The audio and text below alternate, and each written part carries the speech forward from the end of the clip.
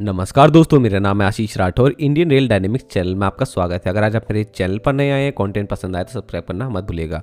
दोस्तों, ये आज की दूसरी वीडियो है। पहली वीडियो मैंने चेनाब ब्रिज के ऊपर बनाई है, उसे जरूर से देख लीजिएगा, आपको बहुत ज़्यादा पसंद भी आएगी।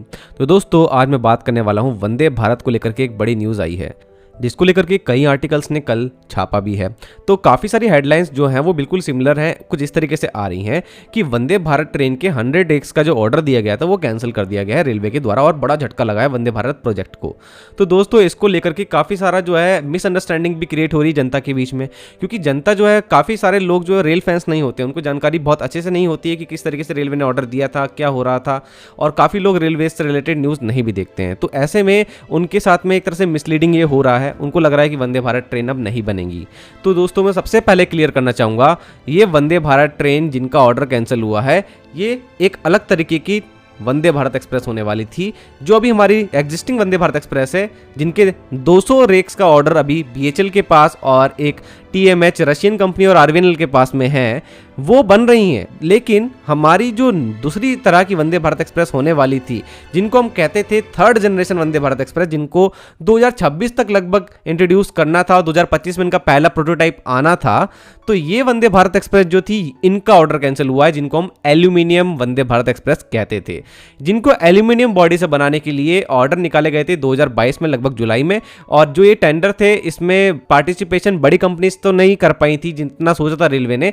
लेकिन दो कंपनी जो उभर के आई थी, उसमें पहली कंपनी थी मेधा और स्टैडलर का, जो कि एक स्विस कंपनी है, उनका कंसोर्शियम, और दूसरी एल्स्टॉम इंडिया थी, जिसको आखिरी में एल्स्टॉम इंडिया ने जीता था। लगभग 30,000 करोड़ का ये 100 aluminium body Vande Bharat express का ऑर्डर होने वाला था, जिसमें 22 महीने के अंदर ही पहला प्रोटोटाइप लेके आना था। ये रेलवे की मांग थी। कुछ और भी मांग थी रेलवे की, जिसको लेकर के काफी कंपनियां जो थी, इसलिए उन्होंने पार्टिसिपेशन नहीं किया, जैसे कि 35 साल की मेंटेनेंस की जिम्मेदारी भी उसी कंपनी की होगी जो ऑर्डर जीतेगी। और एल्यूमिनियम के ऊपर 6 लाख पर टन पर ट्रेन इंसेंटिव गवर्नमेंट देने वाली थी, लेकिन कंपनीज का कहना था कि 22 लाख तक इसको ले जाया जाए, साथ में मेंटेनेंस का टाइम जो है वो लगभग 15 साल तक लेकर आया जाए, और 22 महीने में पहला प्रोटोटाइप जो लेके आना था उसको और बढ़ाया जाए टाइम पीरियड को। तो इसको लेकर के काफी जो बीच में बातें चलती रही रेलवे अधिकारियों की और कंपनीज के बीच में। बाद में ऑलस्टॉम ने जब ऑर्डर जीता भी, लेकिन तब भी इसके ऊपर आगे प्रोडक्शन तक कहानी नहीं पहुंच पाई, क्योंकि इसके ऊपर भारतीय रेलवे के जो अधिकारी हैं और एल्स्टॉम के जो अधिकारी हैं, उनके बीच में बात नहीं बन पा रही थी। तो अब बात निकल के आ गई आखिरकार सामने, क्या हुआ है। एल्स्टॉम इंडिया के जो अभी एमडी हैं ओलिवियर लॉयजन, उन्होंने जानकारी देते हुए बताया कि इंडियन रेलवेज ने ये ऑर्डर कैंसिल कर दिया है। तो ये एक बड़ा झटका तो है भारतीय रेलवे की एल्यूमिनियम ट्रेन की जो दिशा में आगे बढ़ाया था एक कदम उसको। लेकिन अब यहाँ पर ये हुआ क्यों, इसके बारे में उन्होंने अच्छे से जानकारी दी है कि वो जो रेट दे रहे थे उस पर भारतीय रेलवे के जो अधिकारी वो माने नहीं हैं। इस ऑर्डर के अंदर जो भी शामिल थे, भारतीय रेलवे सोच रही थी कि पर ट्रेन 140 करोड़ रुपए का रेट उनको मिलना चाहिए, लेकिन एल्स्टॉम ने 150.9 करोड़ पर ट्रेन का रेट दिया था। भारतीय रेलवे इससे और कम चाह रहे थे, तो 145 तक भी एल्स्टॉम आई है, ऐसा कई आर्टिकल्स में लिखा है। तो ऐसे में बहुत ज्यादा बड़ी बात नहीं रह गई थी 5 करोड़। और अंतरराष्ट्रीय मार्केट में पिछले 2 सालों में आपको पता ही होगा कमोडिटीज के रेट, मेटल्स के रेट कितने ज्यादा फ्लक्चुएट हुए हैं, क्योंकि यूक्रेन, ईरान, रशिया और काफी बड़े बड़े इजराइल के जो वॉर अभी चल रहे थे, उस चक्कर में इन प्राइजेस में बहुत ज्यादा उठापटक हुई है। तो ऐसे में कोई बहुत मेजर अंतर तो नहीं रह गया था 140 और 145 के बीच में, लेकिन रेलवे को ये अभी भी सही नहीं लगा और उन्होंने ये ऑर्डर आखिरकार रद्द कर दिया है। तो दोस्तों, कुछ इस तरीके से यहाँ पर प्रकरण हुआ है इस टेंडर के पीछे। अब देखिए मेरा क्या मानना है। और देखिए, पहली बात तो ये 100 aluminium body Vande Bharat train third generation Vande Bharat होने वाली थी, जो कि लगभग 2026 में ही अच्छे से आ पाती, 2027-28 में आप लोगों को बड़ी मात्रा में दिख पाती, और लगभग 7 साल में ये ऑर्डर कंप्लीट करना था। लेकिन इस तरीके की एल्यूमिनियम बॉडी ट्रेन के लिए एक अच्छा इंफ्रास्ट्रक्चर चाहिए होता है ट्रैक्स का, साथ में फेंसिंग की भी बहुत जरूरत होती है आसपास ट्रैक्स के। तो इसके ऊपर मैंने बहुत ज़्यादा अच्छी तरीके से एक पूरा डिटेल्ड वीडियो बनाया था कि एल्यूमिनियम बॉडी ट्रेन चाहिए कि नहीं चाहिए, और वंदे भारत ट्रेन जो अभी स्टील बॉडी की चल रही है उसका भी कंपैरिजन करा था हमने एल्यूमिनियम बॉडी वंदे भारत के साथ में।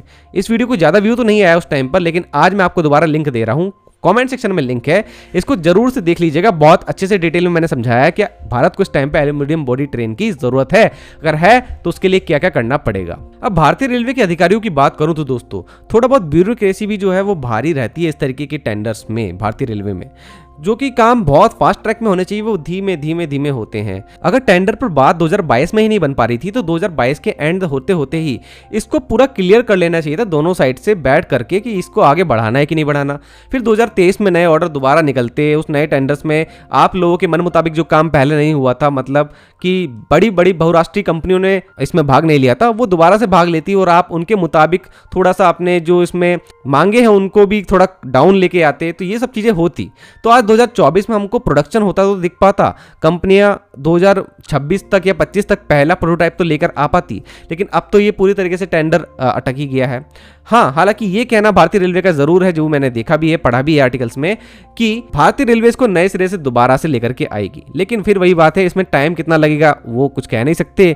और अभी पैरेलल में स्टिल वंदे भारत एक्सप्रेस और वंदे मेट्रो ट्रेन का ऑर्डर काफी जोरों शोरों से चल ही रहा है, उनका प्रोडक्शन भी तेजी से करना है अगले आने वाले सालों में। तो इस वाले जो टेंडर है इसके ऊपर फिर धीमे धीमे ही काम होगा, तो फिर इसमें कहीं ना कहीं हम लोग और डिले कर देंगे। तो भारतीय रेलवे से ये गुजारिश है तेजी से इसमें काम किया जाए और टेंडर को इस बार नए सिरे से फास्ट ट्रैक मोड में खोला जाए और देश पहली अपनी एल्यूमिनियम बॉडी ट्रेन पर काम करना शुरू करे, जिससे कहीं ना कहीं हमारे भारत में भी ये टेक्नोलॉजी आए और हम तेजी से एल्यूमिनियम बॉडी ट्रेन का निर्माण करना शुरू कर दे अगले 10 सालों में।